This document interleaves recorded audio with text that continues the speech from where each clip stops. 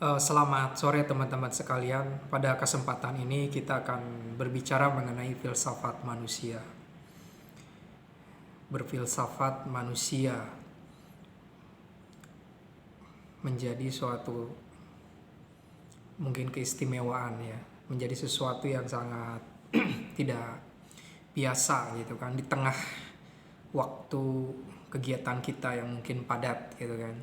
Berpikir lebih mendalam gitu. Dan kadang karena kesibukan kita, karena kita terjebak dengan administrasi mekanistik, kita menjadi seseorang yang berjalan dengan apa adanya saja, tanpa memikirkan apa yang terjadi pada diri kita.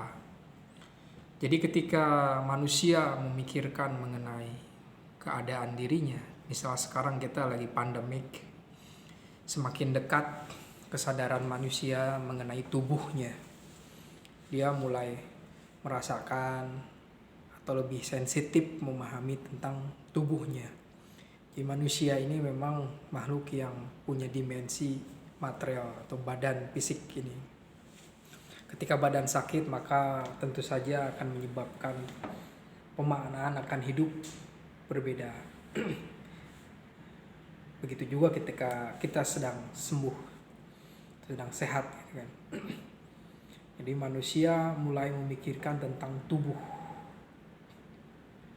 tentang bagaimana yang namanya tubuh diberi makna terhadap kehidupan.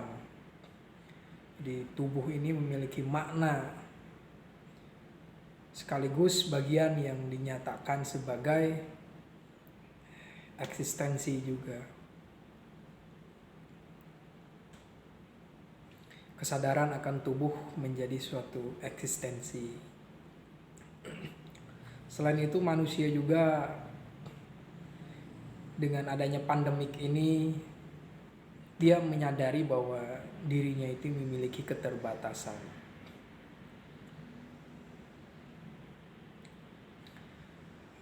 Karena dia menyadari keterbatasannya, maka dia memikirkan tentang apakah ada kepastian, apakah kita tahu hal yang akan terjadi di hari ke depan nanti. Manusia mulai mencari, berusaha untuk memikirkan tentang apa yang terjadi di kemudian hari. Siapa yang bisa mengetahui tentang keadaan di kemudian hari? Mungkin kita lebih sedikit mengetahui tentang keadaan kita di lain waktu, itu hanya sedikit saja. Mungkin besok hari Kamis kita masih hidup, mungkin hari Kamis kita mendapatkan uang, hanya sedikit itu aja. Lalu apakah masa depan kita lebih baik? Orang-orang mulai meragukan itu dengan perubahan yang terjadi akibat pandemik ini. Manusia mulai memikirkan tentang keadaan dirinya di luar keadaan yang sedang terjadi saat ini. Meskipun kita fokus kepada hari ini, itu menjadi sesuatu yang paling utama gitu kan. Menyadari diri kita saat ini gitu kan. Tanpa harus meributkan atau memikirkan tentang keadaan kita di kemudian hari. Karena hal itu belum datang. Karena sesuatu yang belum datang, belum terjadi kepada kita sebagaimana harusnya, ya tidak perlu dirisaukan gitu kan. Sebenarnya ingin mengetahui tentang hari depan itu sesuatu yang biasa.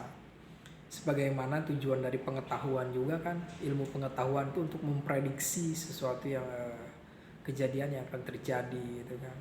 Itu sebagai suatu ramalan berdasarkan data-data yang ada.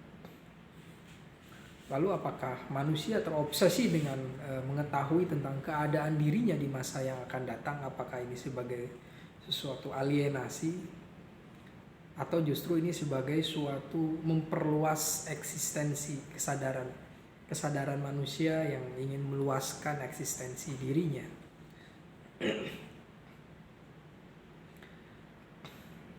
Maka persoalan manusia ini memang akan selalu menjadi hakiki karena dia memikirkan tentang dirinya sendiri. Bagaimana suatu keadaan dikatakan tidak pasti atau pasti, ini sesuatu yang diusahakan oleh manusia. Dan ketika dikatakan bahwa hari depan itu sebagai sesuatu yang tidak pasti, maka ini disebut dengan absurditas hadir, perasaan absurditas hadir. Lalu ketika suatu yang dianggap masa depan itu dianggap pasti, maka segala sesuatu dianggap udah matematis. Manusia berada di dalam suatu keadaan yang dianggap pasti dan tidak pasti. Tapi yang pasti itu adalah saat ini, hari ini, yang sedang kita jalani, detik ini. Nah, sesuatu yang tidak pasti itu yang mungkin kita rencanakan, itu belum pasti. Jadi memang menyadari tentang kekinian saat ini adalah sebagai suatu upaya untuk mengafirmasi eksistensi kita di dunia, menjadi manusia yang menerima, mengafirmasi hidup. Seandainya kita tidak tahu apa yang akan terjadi di kemudian hari. Terima kasih.